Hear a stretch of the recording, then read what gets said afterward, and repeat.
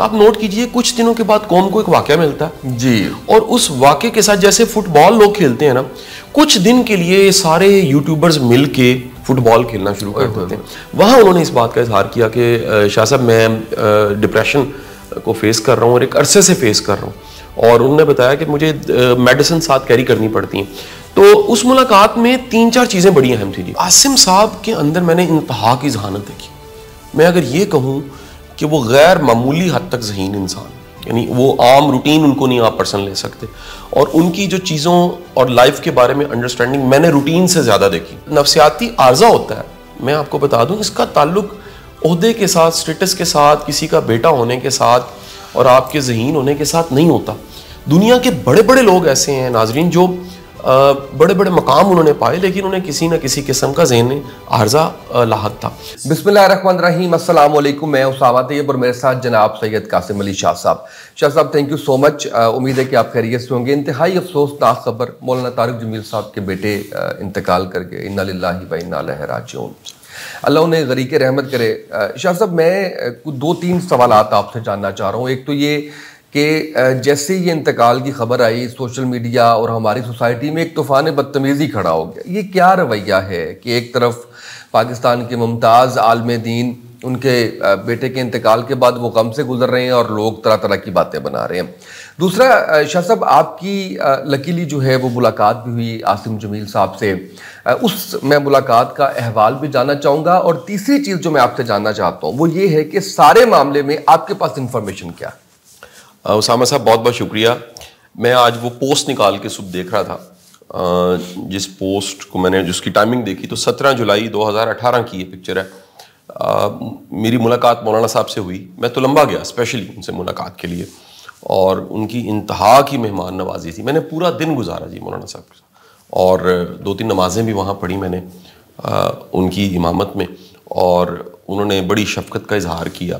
وہاں میری ملاقات مولانا صاحب کے دونوں صاحبزادوں سے, یوسف بھائی سے بھی اور عاصم جمیل صاحب سے, دونوں سے میری ملاقات ہوئی. اور آپ کو یہ بتاتا چلوں, میں یہ بات کو یہاں روک کے سب سے پہلے یہ جو آپ نے معاشرتی برائی کا اشارہ کیا اس کے حوالے سے میں بات کرنا چاہوں گا. یہ ایک بڑا ہی ظلم ہے کہ جب بھی کوئی واقعہ ہوتا ہے اس کی وہ اینگلنگ کی جاتی ہے, اس کو ایسے رخ سے بیان کیا جاتا ہے کہ توبہ توبہ کر لیجیے. اور کل سے یہی طوفان بدتمیزی آپ کو سوشل میڈیا پہ ملے گا. آپ اس طوفان بدتمیزی کی شدت کا اندازہ لگا لیجئے کہ ایسی افواہیں گردش کر رہی تھیں اور ایسی پوسٹیں سوشل میڈیا پہ لگی ہوئی تھیں کہ مولانا صاحب کے بڑے صاحبزادے یوسف بھائی کو سوشل میڈیا پہ آ کے اس غم کے دن پہ, جہاں پر ذرا سوچئے کہ سگا بھائی وہ اللہ کے پاس چلا جائے اور اس کی موت واقع ہو جائے, اور اس حالت میں جب آنکھوں میں نمی ہے اور دل بجھا ہوا ہے, اس حالت میں ان کے بڑے صاحبزادے کو سوشل میڈیا پہ آ کے اپنا بیان دینا پڑا کہ جو افواہیں گردش کر رہی ہیں کہ مرڈر ہوا ہے اور کوئی لڑائی تھی اور کسی نے گولی مار دیا, یہ بالکل سچ نہیں ہے. جو حقیقت ہے انہوں نے خود بیان کر دی. لیکن اس سے پہلے جو فرسٹ رپورٹ تھی, یعنی بالکل ابتدائی رپورٹس جو آئیں, وہ وہاں کے جو آبائی رہنے والے کچھ لوگ تھے ان کے ذریعے مجھے شام میں کچھ رپورٹس ملیں, اور ساتھ ہی ساتھ RPO نے اپنا بیان دے دیا, جو کہ آپ اخبارات کی سرخیوں کی شکل میں بھی دیکھ سکتے ہیں کہ یہ دراصل جو ہے وہ خود کو ختم کرنے کے لیے ایک اٹیمپٹ تھی. میں آپ کو واضح کرتا جاؤں کہ بیسیکلی یہ جو ورڈ ہے جو میں نہیں بول رہا, اس کو یوٹیوب اور سوشل میڈیا کے کتنے ایسے انجنز اور سسٹم اور آرٹیفیشل انٹیلیجنس منع کرتی ہے. اس کو استعمال کرنے سے الٹیمیٹ اس پہ پھر کئی طرح کے اعتراضات لگ جاتے ہیں. تو اب جہاں تک رہ گیا اس سماج کے رویے کی بات, میں انتہائی اس کو برا سمجھتا ہوں, اور یہ بڑا ظلم ہے کہ جب بھی کوئی واقعہ ہوتا ہے, آپ نوٹ کیجئے کچھ دنوں کے بعد قوم کو ایک واقعہ ملتا ہے جی, اور اس واقعے کے ساتھ جیسے فٹ بال لوگ کھیلتے ہیں نا, کچھ دن کے لیے سارے یوٹیوبرز مل کے فٹ بال کھیلنا شروع کر دیتے ہیں. میں آپ کو یہ بھی واضح کر دوں کہ ہم یہ ویڈیو اس کرنٹ ایشو کی وجہ سے نہیں بنا رہے. اس ویڈیو کو بنانے کی وجہ یہ ہے کہ میرا مولانا صاحب کے ساتھ ایک بڑا ہی احترام کا اور محبت کا تعلق ہے. انہوں نے مجھے جب ملے ہیں, یقین کیجئے انہوں نے بیٹوں کی طرح مجھے محبت دی ہے اور دل سے احترام کیا. کبھی میری کوئی اصلاح بھی کرنی ہے تو مولانا کی ڈائریکٹ کال مجھے آ گئی ہے کہ یار یہ آپ ٹھیک کر دیجئے, یہ آپ کی ایک فکری اصلاح تھی, یا یہ حدیث اس طرح سے ہے. اور میں رابطے میں بھی رہتا ہوں ان سے. یوسف بھائی سے میری ملاقاتیں زیادہ ہیں, لیکن عاصم بھائی سے میری ایک ملاقات ہے جب میں تلمبہ گیا ہوں. اب میں اس ملاقات کے حوالہ آپ کو بتانا چاہوں گا جس سے کل کے واقعے کو مزید سمجھنا آسان ہو جائے گا. جب میں تلمبہ گیا تو میری ملاقات ممکن بنائی احتشام بھائی نے. احتشام صاحب بہت قریب ہیں مولانا صاحب کے, اور ان کا تعلق کیونکہ گجرات سے ہے تو وہ میرے گجراتی بھائی بھی ہیں. ہم لوگ کیونکہ ایک علاقے والے بڑا پیار کرتے ہیں ایک دوسرے سے, تو احتشام صاحب سے میرا بڑا ایک دل کا تعلق ہے. چند دن پہلے ہی ابھی احتشام صاحب سے میری بات چیت ہو رہی تھی, میں گلا کر رہا تھا کہ کہاں غائب ہیں, کسی دن ملاقات کرتے ہیں, بلکہ مولانا لاہور آئے ہیں تو مجھے بتائیے گا, میں اسپیشلی ملاقات کرنے کے لیے چلا جاؤں گا. تو احتشام بھائی نے میری ملاقات یہ ممکن بنائی, اور میں یہ سمجھ رہا تھا جب میں جا رہا تھا, میں اور رضوان اکٹھے جا رہے تھے ہم تلمبہ, تو ہمیں خیال یہ تھا کہ شاید یہ ایک مختصر سی ملاقات ہے, 15-20 منٹ کی ملاقات ہے, اس کے بعد ہم نے لاہور واپس آ جانا ہے. لیکن آپ حیران ہوں گے کہ جب ہم وہاں گئے تو یہ ملاقات کو چند منٹوں کی نہیں تھی, یہ تقریباً آدھے دن سے زیادہ کا وقت تھا. میں گیا اور میرا خیال ہے کہ وہ عصر کا ٹائم تھا جو میں نے نماز پہلی جا کے مولانا صاحب کے ساتھ پڑھی, اور اس کے بعد کتنا وقت یہ تو میں پھر مولانا صاحب کے ساتھ مسجد میں بیٹھا رہا, اور پھر ان کے گھر چلا گیا, اور بڑا ہی بہترین قسم کا ایک کھانا سارا ارینج کیا گیا تھا. بلکہ اس کھانے کے حوال یہ تھے کہ جب میں وہ کھانا کھا رہا تھا, میں اور رانا رضوان بیٹھ کے, اور ساتھ میں باقی لوگ بیٹھے ہوئے تھے, تو مولانا صاحب بھی آ کے بیٹھ کے نا, اور ابھی ہم نے کھانا کھانا شروع کیا تو میں نے ریکویسٹ کی مولانا صاحب آپ, وہ بار بار کہیں آپ لوگ شروع کریں, تو میں نے انہیں بھی ریکویسٹ کی کہ مولانا صاحب آپ سے درخواست ہے کہ آپ بھی شامل ہوئیے. انہوں نے کہا جی میں نے تھوڑی دیر پہلے ہی کھایا کھانا, اور مولانا اٹھ کے چلے گئے نا جی. تو میں نے یوسف بھائی کو پھر کہا کہ یار یہ میرا بڑا دل تھا مولانا ساتھ ہی کھانا کھاتے. تو احتشام صاحب نے پھر مجھے بتایا کہ مولانا صاحب بڑے ہی مہذب انسان ہیں, اور ان میں تہذیب کی, شائستگی کی انتہا ہے. وہ جانتے تھے کہ جتنا آپ ادب ان کا کرتے ہیں, احترام کرتے ہیں, تو آپ ان کے سامنے کمفرٹیبلی کھانا نہیں کھا سکیں گے. تو آپ اٹھ کے چلے گئے کہ آپ آرام سے کھانا کھا لیں, اس کے بعد پھر گپ شپ لگاتے ہیں. اور شام کو جب میں رخصت ہوا تو مجھے آج بھی یاد ہے کہ اس رخصتی کے وقت میں دونوں صاحبزادے موجود تھے, احتشام صاحب موجود تھے. مولانا نے مجھے تحفوں کے ساتھ رخصت کیا, اور دل سے انہوں نے دعائیں دیں, اور اپنے صاحبزادوں کو کہا کہ یار آپ کا یہ بھائی ہے, کبھی بھی اس سے کوئی مشورہ کرنا ہو اس کا ساتھ ہمیشہ حاضر ہو. مجھے کہا کہ آپ کے یہ بھائی ہیں, یہ مجھے سچی بات ہے, میرا دل خون کے آنسو رو رہا ہے. اتنا بڑا واقعہ ایک فیملی کے لیے, آپ اس والد کی جگہ کے, مولانا صاحب کی جگہ کے سوچئے, آپ یوسف بھائی کی جگہ کے سوچئے, آپ قریبی لوگوں کی جگہ کے سوچئے. اب میں آپ کو یہ بتاؤں کہ جب میری ملاقات عاصم بھائی سے ہوئی تو عاصم بھائی بزنس کر رہے تھے.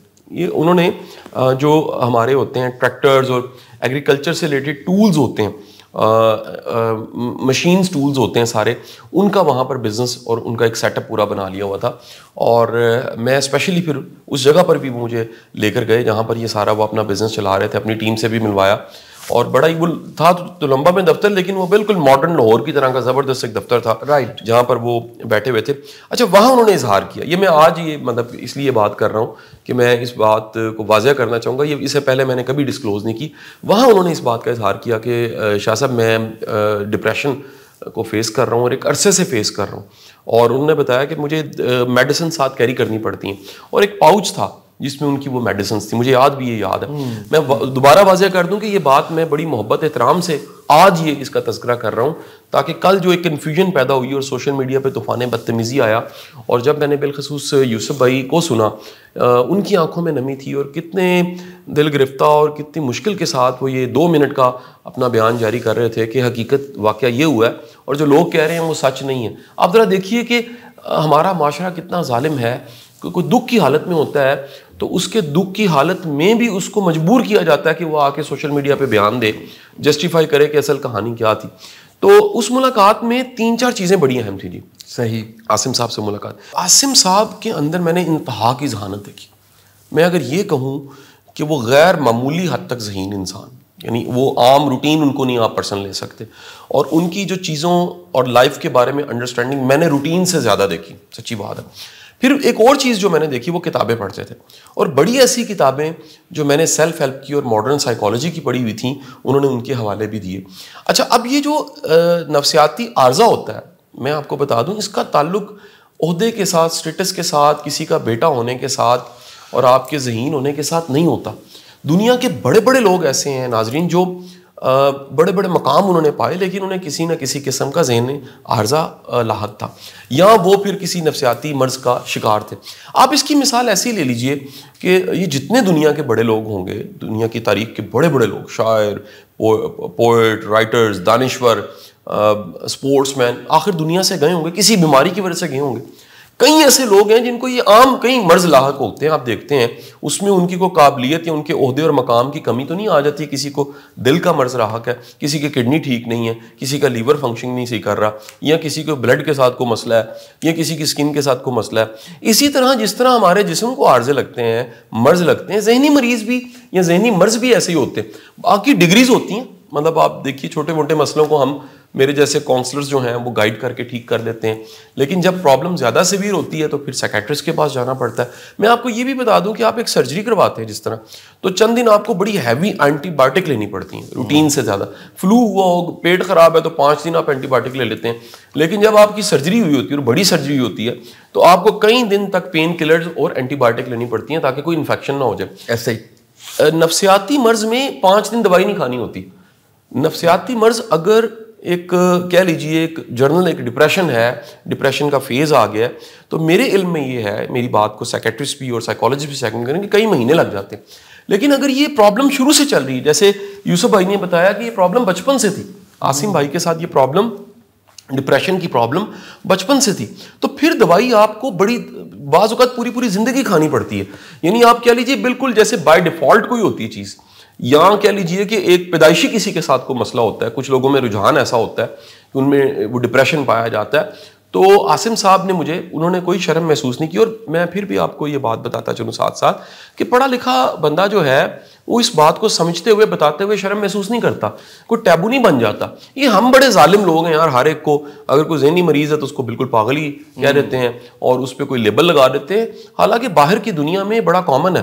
ایک صاحب میں آپ کو بتاؤں، میں ان کا نام تو نہیں لوں گا کیونکہ یہ ایک وہ حیات آ رہی ہے، وہ کسی ملک میں بڑے ٹاپ کے بزنس مین تھے، اور یعنی آپ یہ کہہ لیجئے کہ اس ملک میں رہتے ہوئے ان کا ذاتی جہاز، جیٹس بے شمار چیزیں، تو پاکستان آئے ہوئے تھے۔